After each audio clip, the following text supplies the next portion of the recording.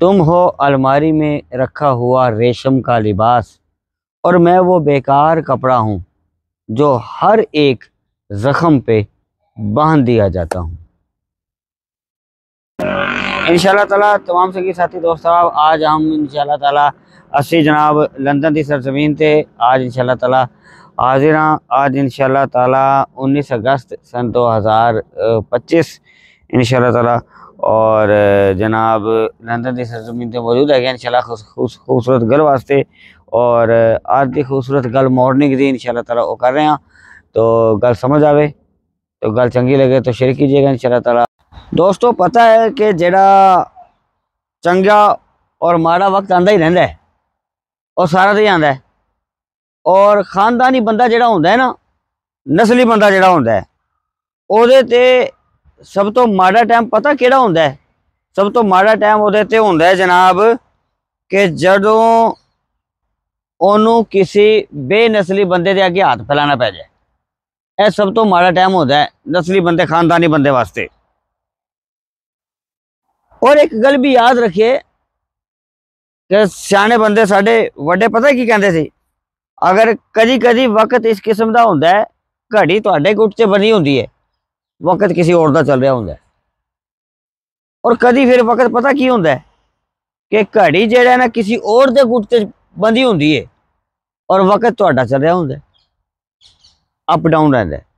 लेकिन ए माड़ा वक्त जेड़ा होंदा है ना, ए दस देंदा है तुहाडे नाल संगी केड़े ने और ना चाहण वाले कितने ने। अपने पराए दा दस देंदा है। वक्त गुजर जाता है, वक्त गुजर जाता है। लेकिन एक गल और याद रखिए दा, वो दसिया तुहानू साडे वड्डे पता की कहंदे सन? साडे वड्डे कहंदे सन जनाब के नस्ली बंदे ते किन्ना भी माड़ा वक्त होवे ना, वो अपनी खुददारी नहीं खत्म करता। ओदी मिसाल पता की कहंदे थे? साडे वड्डे ओदी मिसाल देंदे सन कि भाई ऊंट किन्ना वड्डा है, वो बेहा होंदा है ना, जमीन ते बैठा होंदा है ऊंट, ओदे बावजूद भी कुत्तियां नालों उच्चा ही होंदा है। ऊंट बेहा भी होंदा है, बैठा भी होंदा जमीन ते, लेकिन कुत्तियां नालों उच्चा ही होंदा है।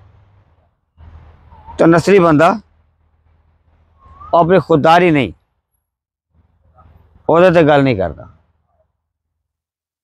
साड़ी आज की वीडियो चंगी लगी होवे आगे शेयर कीजिएगा। अल्लाह ताला सानू चंगे माड़े की पहचान नसीब करे और चंगा और माड़ा वेला आंदा ही रहंदा है। अल्लाह ताला अपनी रहमत नेमत अता फरमाए। अगली वीडियो के नाल इंशाअल्लाह ताला फिर मुलाकात होगी इंशाअल्लाह ताला।